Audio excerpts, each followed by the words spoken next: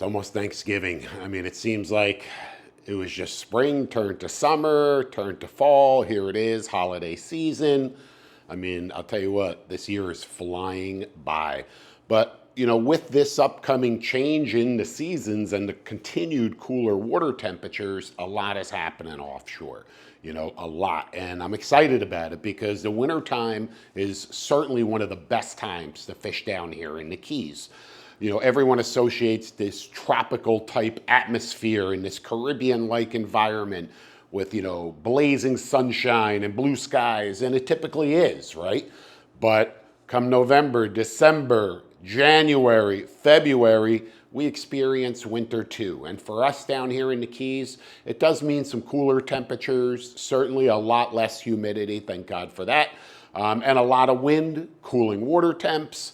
It's what we deal with, right? Of course, we're not in Minnesota or Buffalo. We're not dealing with that same stuff. We get it. We're not saying that we are, but it is a change of seasons and we have to adapt accordingly. And as anglers, that's what you need to do. You need to start thinking winter fisheries, okay? Because there's some excellent winter fisheries and it's already fired up and it's only going to get better from here, okay? The forecast right now, we're looking at northeast winds 10 to 15 knots through early upcoming next week, maybe mid next week, and then it's going to pick up a little bit, 15 to 20. But certainly 10 to 15, typical conditions leading into December, this is what you're going to get. 2 to 3 foot seas. You might be a little bit more, depending on where you are at what particular moment, but 2, 3 foot, little chop, certainly fishable inshore and off. All right, so you have a lot of opportunity ahead of you. As I mentioned, by mid next week, it's going to pick up. So try and get out this weekend or early this upcoming week. All right, and make the most of it while you can. A lot of people are already off for the holidays, for Thanksgiving. They have the whole week off. So whatever your particular situation is, get in on the hot bite. Look, we're going to start shallow. We're going to start on the patch reefs. The yellowtail fishing has been excellent. Okay, excellent. The guys all week, all up and down the island chain, are bringing back, amazing catches of yellowtail snapper. Mixed size fish, you're not always going to get on those big flags. It's not always going to happen, and certainly that's going to be a little bit more on the deeper side of things. But keeper fish, a lot of fun to catch on the appropriate light 10 to 12 pound tackle. You can beef it up a little bit if mutton snappers are around. Truth be told, I really like fishing for those bigger yellowtail with 20-pound class gear, an SP 15 to 30, and a reel loaded with 20-pound diamond special clear, the monofilament. And then I can scale down my fluorocarbon leader, my presentation leader, down to whatever I would like, depending on how spooky the fish are, how clear the water is, how aggressive the bite is, all of that good stuff, and what's around. Even though I'm targeting those yellowtails, I'm always thinking in my head, any one of those baits is going to get clobbered by, a big mangrove or a mutton or who knows what else. And I don't want to lose that opportunity at that quality fish. So I always gear up for that guy. But it's a balance, right? Because you can't fish for just the biggest of the bunch all of the time. So you've got to find that right balance of tackle that still allows you to enjoy those smaller fish, to detect those smaller fish, and to do everything that you need to do to have a great time out on the reef. But then when that right bite comes along, you're still in the game and you're not outgunned. And that's where balanced tackle comes into play. Okay, so again, our rod of choice, the Chaos Gold SP 15 to 30, a Twin Power 8000 loaded with 20-pound diamond special clear. That's it right there, okay? Absolutely perfect reef. Sorry about that thing. Absolutely perfect reef outfit. The yellowtails are solid. You're going to start to see more and more mackerel on the reef. Kings, Spanish, Ceros. Take advantage of that fishery. It's only going to get better as the wintertime progresses here. Of course, the king mackerel are ferocious. Any sort of live bait, may it be a ballyhoo or pilchard, fed back in the slick, kings are going to eat it. Okay, the Ceros really prefer the ballyhoo up near the surface. They love those, although of course they'll eat a live whitebait as well, a little pilchard or sardine. But that mackerel fishing is certainly going to continue to heat up, and the colder it gets, the better it gets, okay? don't get excessive. Sometimes when you get into those mackerel, especially the Spanish mackerel, it's easy to take more than you really need. It's not a great fish that freezes real well. It is very, very good fresh. I enjoy fresh Spanish mackerel all of the time. It's delicious. It's a great fish to smoke and make smoked fish dip. If you've never tried that, you should. Not quite as oily as the king mackerel, but certainly enough flavor there and enough of that juice to make it all worthwhile, okay?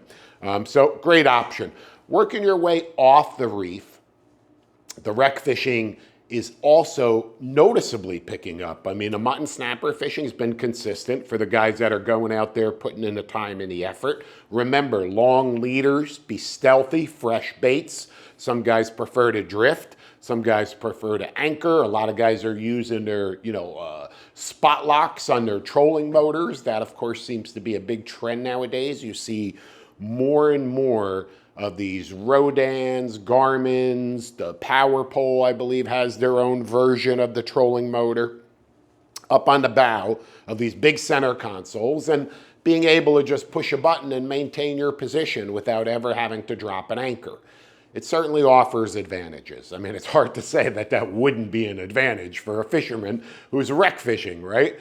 I don't have them on my 41 CTS. When I built my boat, when I built my Sea Hunter, I chose not to put the trolling motors up on the bow. Now you could even get away with one trolling motor up there. They make them so powerful and reliable. Would I do it again today if I was building the boat? Would I put the trolling motor up there?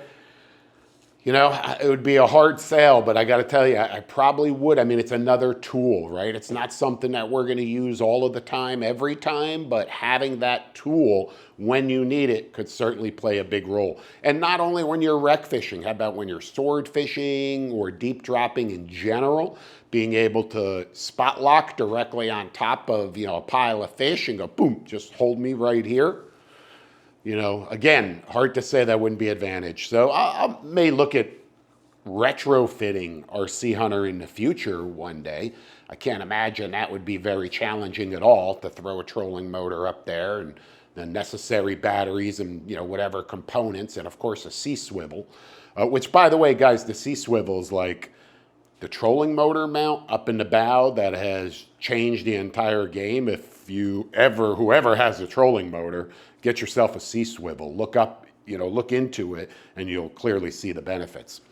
Nevertheless, on the wrecks, the muttons, African pompano are starting to show up. They love jigs. They love live baits. Very hard to specifically target the APs on these wrecks down here. They're just not reliable enough, and they're mixed with a lot of other species.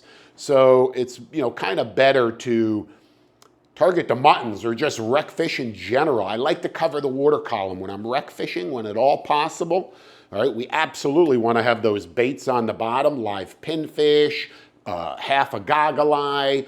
God, I love those pinfish. I can't get away from them when it comes to a killer wreck fishing bait. Nevertheless, we've got the baits on the bottom and then a jig rod in hand and jigging through the water column and a flat line or two up on the surface, right? So now you're really maximizing on every opportunity that could come your way. You may get the mutton bites on the bottom. You may get an AP that slams a jig or a blackfin tuna or a cobia somewhere in the middle of the water column, a big king, a wahoo. It's all happened, all of them, regularly. Sailfish, they all eat the jigs. A jig is not, don't look at a jig as a piece of metal. That's one of our favorite jigs right there. You guys know you've seen me fish that jig so many times. Just a long three-sided jig, but it mimics a ballyhoo, a wounded ballyhoo. And I'll tell you what doesn't eat ballyhoo? Every pelagic predator here in the Florida Keys eats ballyhoo. So don't look at it like a piece of metal. Look at it like it's a live ballyhoo. And better than a live ballyhoo, you're controlling it. Do I want my ballyhoo to swim near the bottom? And I want to work that lower portion of the water column, maybe 20 feet off the bottom for the muttons specifically. Okay, and I don't want to spend, guys say to me, oh, I never catch any muttons on the jig. Okay, let me explain to you what you are likely doing versus what I do, and why your score on jigs for big muttons may be different. Most guys will drop a jig to the bottom. We'll just use a round number and say 200 feet. And they'll work that jig back up to the surface. They'll drop it back down to the bottom, back up to the surface. And when you start to equate all of that time that that jig is in the water, and you start to equate what is the percentage of that time that that jig is in the strike zone for mutton snappers, which will not swim more than 10 to 15 feet off the bottom. All right, a mutton's life relates to the bottom of the ocean. Everything it does, everything it is related to the bottom.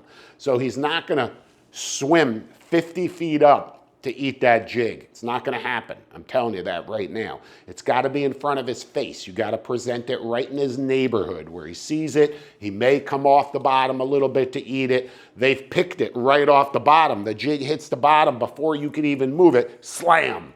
Okay, and they whack it right on the bottom. Keep your jig in that strike zone. Work that bottom 20, 25 feet, drop the jig back down. 20, 25 feet, drop the jig back down, etc., etc. And now throughout your entire drift, your entire time that that jig is in the water, it's right where it should be, right where it needs to be for the big mutton snappers on or near the bottom. 250 gram jig, ideal size. Ideal size. Could you get away a little lighter, a little heavier? Of course you can. That's why jig companies offer 188 different SKUs. There are probably 188,000 different SKUs. There are so many different jig sizes, colors, shapes, styles. It's unbelievable. But ask me what if I had to pick just one jig, one size, this would be it right there. 250 grams, a 3-sided jig, catches everything in the Keys. Be prepared. Bring more than one because you're going to get bit off. Okay, it's going to happen. Nevertheless, wreck bite strong. Great opportunity over the coming days. The conditions are going to be perfect, right? Now is the time to look for that big mutton snapper. Look for some of those other species that might be around. Sail fishing is picking up, no question. We're seeing more and more sailfish, so it's really becoming an exciting time here in the Keys. And look, the guys that are just getting into sail fishing, right? Because there's a lot of you out there, there really are. You know, it is such an exciting tactic, there's no question, especially kite fishing because it's so visual. You know, you're watching that bait up on the surface and watching a sailfish come up and circle around it or just swirl on it. You know, whatever the case, it's very exciting, especially when you know you're going to get a bite before you get that bite just from the reaction of your bait. If you're on a smaller boat or really any boat and you're just getting into kite fishing, I'm going to tell you, mark my words, where rods are positioned makes a very big difference in your kite fishing.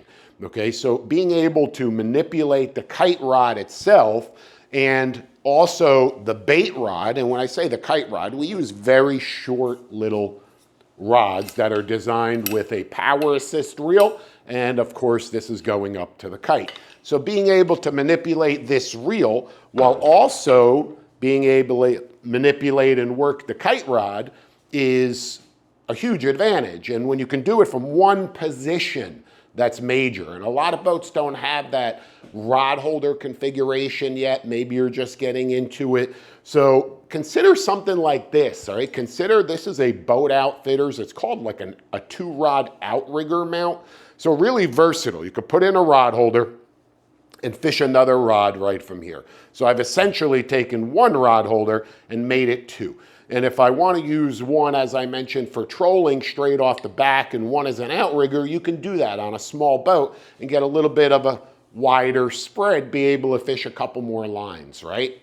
Not a bad opportunity. However, you could also use it kite fishing. And I've seen guys use these where now they have their kite rod here and the kite rod with the bait, and they're controlling that small kite rod right here, all from one position.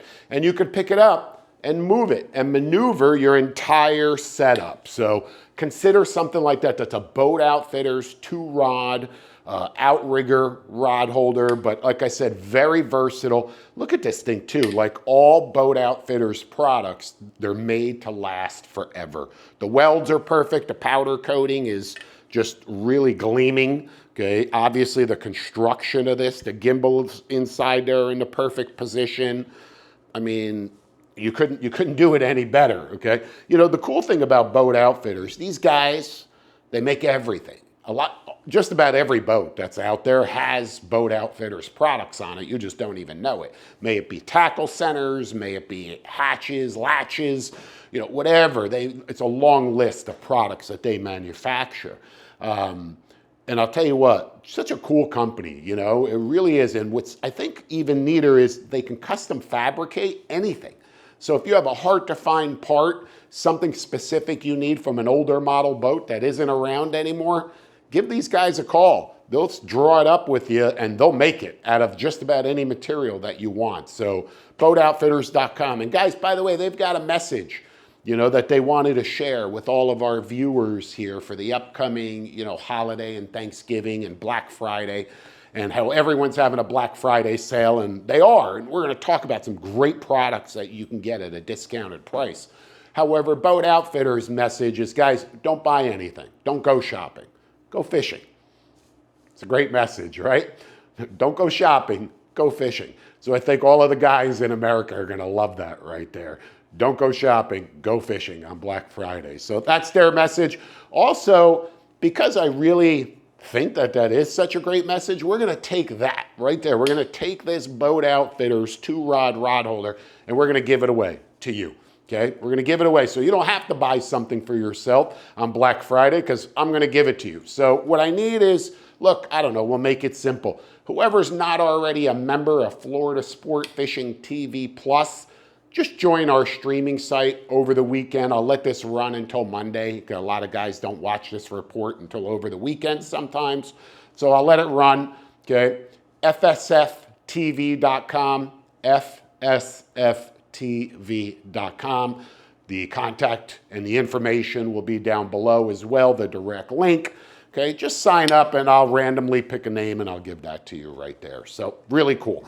Look, even further off, dolphin fishing, good. Blackfin tuna at the humps, very good. I just did a little video for the streaming site, by the way, exclusive content. That's another advantage of the streaming site. So you get free gifts and exclusive content on, you know, fishing the humps with this really cool tactic that's really simple yet really effective. And really important for the guys that are visiting or even the locals that can't get their hands on, you know, live bait. Because we know that's a staple. Go out there to the humps with with bait wells blacked out, with pilchards or, you know, little baits, you're gonna load up on the tunas, okay? I can't promise you how many you're gonna get in the boat, but you're gonna get bit. You know, I promise you that. But not everybody can get the bait. So a couple things that I shared that'll really, really help you out. It's called Hit the Humps. That's the name of the video, by the way. So check it out. Also, sword fishing, excellent, continues to be strong. We've got a swordfish course this weekend on Sunday. We'll be offshore sword fishing all day. Looking forward to, you know, teaching another group everything that we can about daytime sword fishing so they can go back up to their home waters, wherever it is they're fishing, and employ the same tactics and see if they can get dialed in. You know, and speaking of swordfish, I wanted to share something with you that I recently came across that I think could help you as well.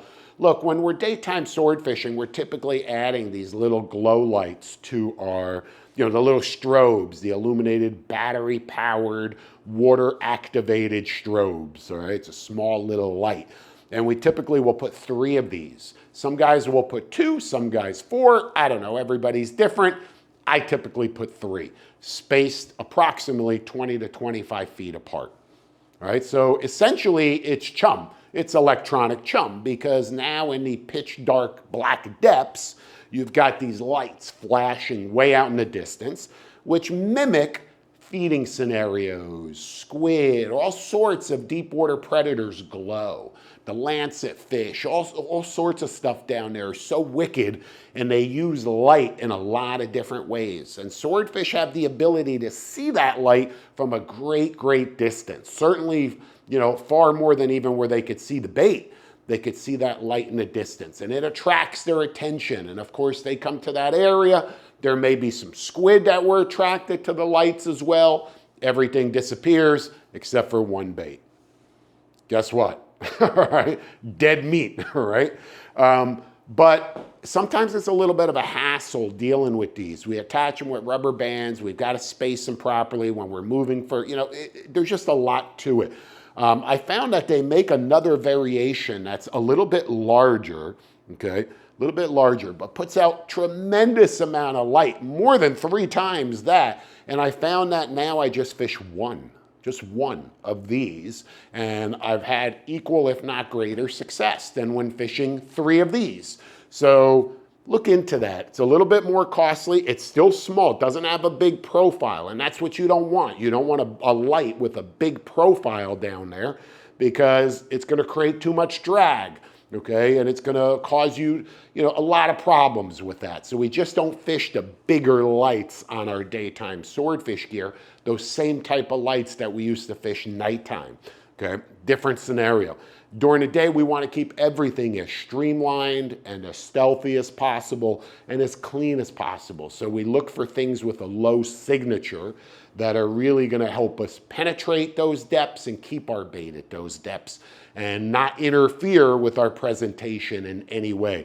A big light could also, on the descent, create a tangle or a twist in your line. The line could wrap around that light. So whatever you do, keep it small, okay? And if you continue to use these, great. The multicolored one, the natural green, blue, white, you'll catch fish on all of them, okay? On all of them, I promise you that. But like I said, I've turned to this little bit of a bigger one, and I really am enjoying these lights. And I'm gonna tell you what's cool about it, look, you can see how bright that is, all right? Once you take that out of the water, it stops flashing. These small ones, we all know, we've had the problem where a little moisture gets inside there and that'll keep flashing for 3 days, okay? I'm surprised none are flashing over there, all right? They'll just keep going and going, and you could try drying off those terminals, but I'm telling you, sometimes you get a little moisture inside there and it's hard to turn that off altogether.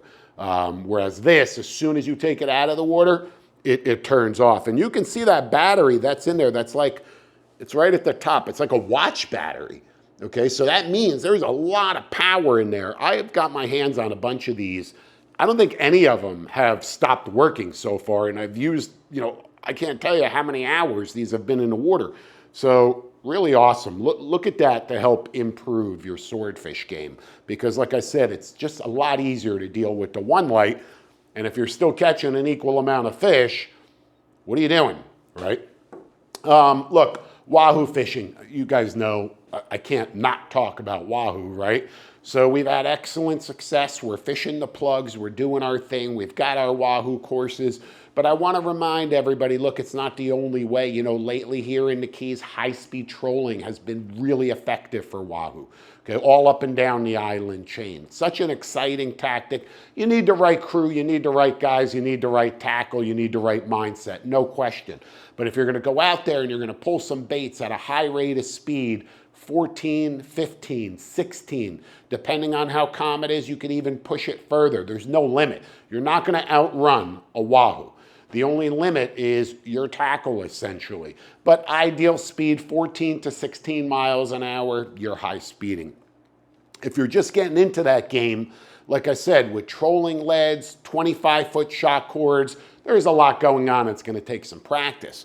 But I suggest you get your hands on something like that, okay? That's a Zacatec Voodoo Jet. Jet's got 4 holes in the face of the lure, allows water to run through the head of the lure, dissipate behind it, create an inviting bubble trail. We call that smoke, all right? The lure will essentially breathe and force all of that water through there. Really cool stuff.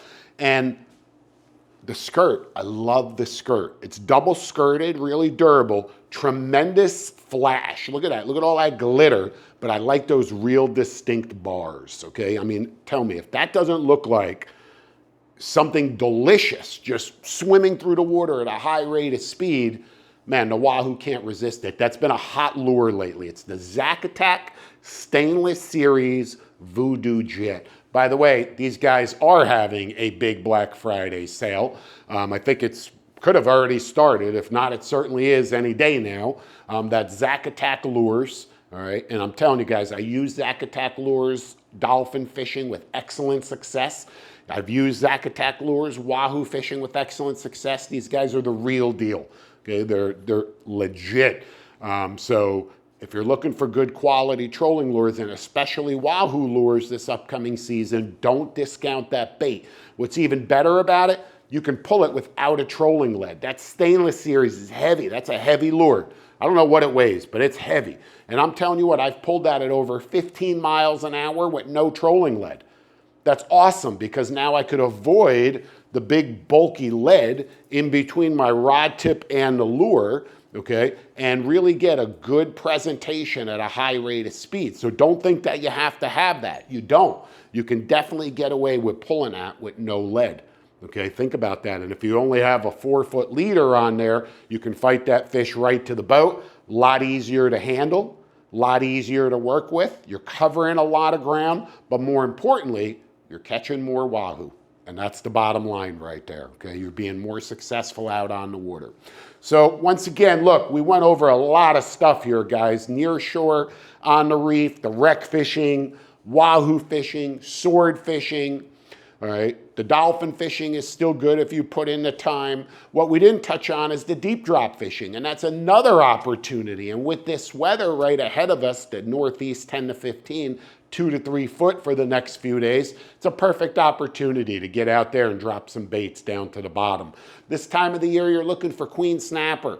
You're looking for barrelfish even further offshore. You're looking for vermilion snapper, okay? You're looking for yellow eyes. You know, you guys there off Isle Morada, man, you got some fantastic bottom, guys. You know that. The structure, that natural bottom that you have off your stretch of the Florida Keys Island chain is fantastic when it comes to bottom fishing. And there's a lot of spots there that hold variety, okay, including scamp grouper. It's the only area I know where there are scamp grouper on the ocean side here, which I thought was incredibly exciting and surprised me. You know, I thought I caught an oddball fish, but then one after the other on multiple trips, you know, says, hey, they live here. So a lot of opportunity as far as deep dropping is concerned as well, with some great eating fish. Remember, snowy grouper, closed. Tilefish, closed. I don't care how tempted you are. Don't do it, okay? It's wrong. Just don't do it. I just had somebody the other day send me a photo of, you know, nice snowy grouper, and I'm like, you went snowy grouper fishing? And they said, yep, we're in the mood for snowy grouper. And that doesn't matter, okay? But the point I'm making is, look, we don't make the laws. I'm not agreeing or disagreeing with it. As a matter of fact, I think it sucks. I think it's absolutely wrong that we can't keep one snowy grouper. I mean, it makes absolutely no sense whatsoever when you can go over to the Gulf and practically kill the entire community of snowy grouper. So I don't know, but we'll figure that out down the line, okay? That's it. A lot going on. Finally, enjoy your time out on the water, guys. This holiday season, especially Thanksgiving. Maybe it is hardcore fishing. Maybe it's just a Sunday fun day with the family, right? That's what boating is about. Okay, it really is. And Wet Sounds Marine Audio makes every one of the boat trips even better. I jam the music, not when we're filming or fishing, because we're really focused. That's the truth. I don't want to listen to music. I'm not one of those guys who listens to music while I'm fishing. I'm not. If you have fished with me, you know on all of our instructional courses and anytime we have fished, the radio is not on. Okay. However, when we're not fishing, that's a different story altogether. So Wet Sounds is awesome. You know, their equipment is unbelievable. We've got our 41, and just about every Sea Hunter is outfitted with a Wet Sound system. The equipment is incredibly durable. I mean, I could sit there and just shoot a hose into the speakers, and, you know, it just keeps going. It keeps jamming, all right? Really cool stuff. They're having a great Black Friday sale, 25% almost everything on their website. That's huge because they have a vast array of products, not only for the marine industry, but for various industries. So Wet Sounds, 25% off, okay? You've got Capt right there where you could save some money, Chaos Rods, and look, everyone else just about is having these sales. Take advantage of it. Support the angling community. These guys need your help now more than ever. I'll see you out on the water.